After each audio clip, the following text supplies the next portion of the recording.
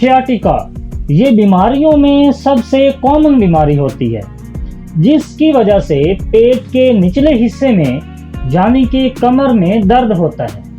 ये दर्द जो है अक्सर बहुत तेज होता है, कभी कभी करंट लगने जैसा महसूस होता है और ये दर्द नीचे टांगों तक एक्सटेंड भी करता है, यानी कि दोनों टांगों में या फिर एक टांग में जाता है और पाँव या फिर पूरी टांग सुन्न भी हो सकती है। और इस दर्द की सूरत में दोनों टांगों में या फिर किसी भी एक टांग में कमजोरी सी महसूस होने लगती है। पाँव उठाने में पेशेंट को तकलीफ होती है और चलने फिरने यानी कि चाल में तब्दीली भी आ जाती है, जैसा कि लड़खड़ा कर चलना या फिर किसी भी जानिब झुककर चलना होता है, क्योंकि जो पाँव के मसल्स यानी कि पट्टे हैं इनमें अकड़ाव आ जाता है। अगर आप ज़्यादा देर एक ही पोजीशन में बैठे या फिर आप ज़्यादा देर खड़े रहें तो भी यह दर्द शुरू हो सकता है। इस तकलीफ के साथ मोस्टली पेशेंट में देखा गया है कि जब वो छींकते हैं या फिर खांसते हैं तो भी ये तकलीफ बढ़ने लगती है। और इसीलिए हम आज इस वीडियो में जानेंगे कि ये जो इतना शदीद दर्द होता है ये क्यों होता है और इसकी क्या वजूहात हैं और कैसे इसको पूरी तरह से ठीक किया जा सकता है। इसमें मेडिसिन कौन कौन सी ली जाती हैं और कौन कौन सी एक्सरसाइजेज की ज़रूरत होती है और इसमें क्या क्या खाना चाहिए और किन किन चीज़ों से परहेज़ करना चाहिए, क्योंकि इस बीमारी में डाइट का बहुत बड़ा रोल होता है। माई सेल्फ डॉक्टर हाफिज आमिर ज़ैद आपको इस यूट्यूब चैनल केयर ग्लोज पर वेलकम करता हूँ। अगर आपको इन वीडियो से फ़ायदा होता है तो इस चैनल को सब्सक्राइब, लाइक और शेयर ज़रूर करें, ताकि आपके एक क्लिक करने की वजह से हमारी हौसला अफजाई हो सके। तो आइए मेरे साथ सबसे पहले समझते हैं कि इस बीमारी को क्या कहते हैं और इसके होने की वजूहात कौन कौन सी हैं। क्योंकि जब आपको कमर में तकलीफ होती होगी तो ही आपने सियाटिका का नाम सुना होगा।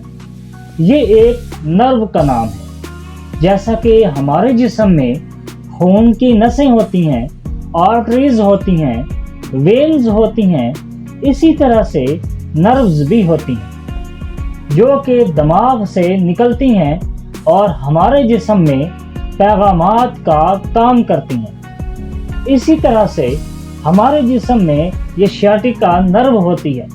ये सियाटिका नर्व जो है ये सबसे लंबी और बड़ी नर्व है। तो ये नर्व कहाँ से शुरू होती है? ये शुरू होती है स्पाइनल कॉर्ड यानी कि रीढ़ की हड्डी के निचले हिस्से से और हिप जॉइंट और बटक के हिस्से से होती हुई पैरों की निचले हिस्से तक जाती है। अब इस नर्व का काम क्या होता है? वो ये होता है कि आपके पैरों की जो निचली तह है वहाँ तक सेंसेशंस यानी कि पैगामात पहुँचाना होता है। सियाटिका एक मेडिकल कंडीशन का नाम होता है। अब समझते हैं कि ये जो कंडीशन है ये क्या है। इसी तरह से इस नर्व में जब तकलीफ होने लगती है, दर्द होता है, तब इसको सियाटिका कहा जाता है। इसको समझना बहुत ज़रूरी है। पहले वजह जो होती है वो ये डिस्क हर्निएशन होती है। आप इसको यूँ समझिए कि जो डिस्क होती है यानी कि हमारे मोहरे होते हैं, इनमें नर्व्स होती हैं। तो जब कोई भी डिस्क स्लिप हो जाती है तो इसकी वजह से नर्व पर प्रेशर आ जाता है, नर्व दब जाती है और इस प्रेशर पड़ने की वजह से ये दर्द होने लगता है। दूसरी जो वजह है वो है स्पाइनल स्टीनोसिस। इसमें भी नर्व कंप्रेशन हो जाती है, नर्व पर प्रेशर आ जाता है। तीसरी वजह स्पॉन्डिलोलिसिस है। ये तब होता है जब रीढ़ की हड्डी आगे या पीछे की तरफ हो जाती है, जिससे नर्व पर प्रेशर पड़ता है। एक और वजह जो होती है वो होती है मसल्स में खिंचाव या फिर अकड़ाव आ जाना। उसकी वजह से भी तकलीफ होने लगती है। ये बढ़ती हुई उम्र के साथ साथ भी होती है। اور عورتوں میں پریگنینسی کے دوران بھی یہ درد ہونے لگتا ہے۔ اور پیٹ کا کوئی بھی پرانا مسئلہ ہو تو غذا میں گڑبڑ کی صورت میں بھی یہ مسئلہ ہو سکتا ہے۔ اب اگر کسی کو یہ بیماری ہو جائے تو کیا کرنا چاہیے؟ تو اس میں ایسی غذا کا استعمال کرنا چاہیے جو کہ اینٹی انفلیمیٹری ہوتی ہے۔ اب اینٹی انفلیمیٹری غذا کون سی ہوتی ہے؟ اس غذا کو اینٹی انفلیمیٹری غذا کہتے ہیں جو کہ گرین لیف ویجیٹیبلز یعنی کہ سبزیاں ہوتی ہیں۔ سیاٹیکا کے درد کو کم کرنے میں یہ غذائیں مددگار ہو سکتی ہیں۔ یہ سبزیاں سویلنگ کو کم کرتی ہیں۔ ان میں vitamin B, vitamin C, vitamin E اور کیلشیم ہوتا ہے۔ ایسی غذاؤں کا استعمال کرنا چاہیے جن میں پوٹاشیم اور میگنیشیم ہوتا ہے جو کہ سیاٹیکا کے درد کو کم کرتی ہیں۔ اس میں مریضوں کو چاہیے کہ اومیگا 3 فیٹی ایسڈز بھی کھائیں۔ اس میں آپ کو فش اور نٹس وغیرہ ملتے ہیں۔ دودھ اور ہلدی کے استعمال سے بھی اس درد کو کم کیا جا سکتا ہے۔ اس میں آپ نے آدھا گلاس دودھ کا لینا ہے اور اس میں 1 چمچ ہلدی ڈال دیں۔ ہم بچپن سے جانتے ہیں کہ ہلدی والا دودھ ہمارے جسم سے سوزش اور درد کو کم کرتا ہے۔ اس درد میں آپ نے اس نسخہ کو ضرور آزمانا ہے۔ اس میں پانی بہت زیادہ استعمال کریں، جس میں ادرک، لیمن اور املی وغیرہ ڈالیں۔ اس کو ڈیٹاکس واٹر بنائیں۔ اس میں اینٹی انفلیمیٹری پراپرٹیز ہوتی ہیں جو کہ تکلیف کو کم کرتی ہیں۔ لیکن یاد رکھیں، اس درد میں ڈائیگنوز کروانا بہت ضروری ہے۔ اگر آپ کو کمر میں درد ہے تو اس کو ضرور اپنے علاقہ کے ماہر ڈاکٹرز اور فزیوتھراپسٹ کو چیک کروائیں، اور پھر اس کو میڈیسن کے ساتھ ساتھ فزیوتھراپی لازمی کروائیں، کیونکہ اس کو فزیوتھراپی کے ذریعے سے ٹھیک کیا جا سکتا ہے۔ فزیوتھراپی میں ایسی ایکسرسائزز کروائی جاتی ہیں جس میں ڈسک میں جو بھی مسئلہ ہوتا ہے، وہ جو بھی پریشر پڑتا ہے، اس کو ٹھیک کیا جا سکتا ہے اور درد کو مستقل طور پر ختم کیا جا سکتا ہے۔ اس بیماری کی وجہ سے چلنے پھرنے میں جو مشکل آتی ہے، اس کو ایکسرسائزز کے ذریعے، فزیوتھراپی کی ورزش کے ذریعے سے نارمل کیا جا سکتا ہے۔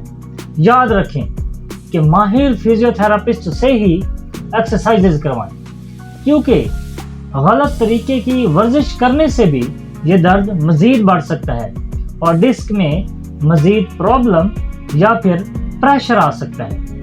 کبھی کبھی زیادہ وزن ہونے کی وجہ سے بھی یہ تکلیف شروع ہو جاتی ہے۔ لہٰذا ایسی غذا کا استعمال کریں جو آپ کے وزن کو کم کرے۔ جب آپ سیدھا لیٹتے ہیں تو وزن زیادہ ہونے کی وجہ سے پیٹ کا سارا وزن، سارا پریشر آپ کی ریڑھ کی ہڈی پر ہی تو ہوتا ہے، جس کی وجہ سے نرو پر پریشر آتا ہے اور پھر یہ شدید درد ہونے لگتا ہے۔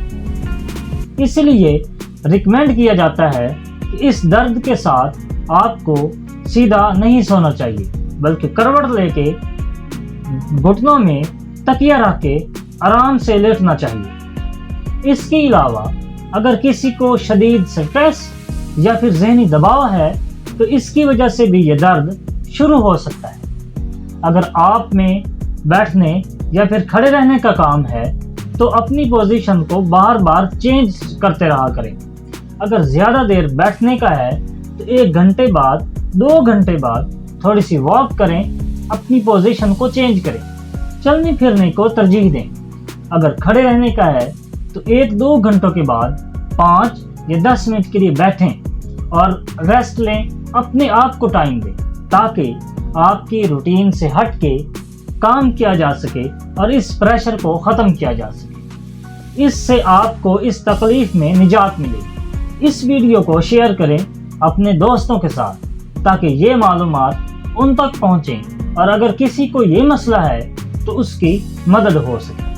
تو پلیز خوش رہیے، مسکراتے رہیے۔ آپ اپنا اور اپنے چینل کا خیال رکھیں۔ Thank you.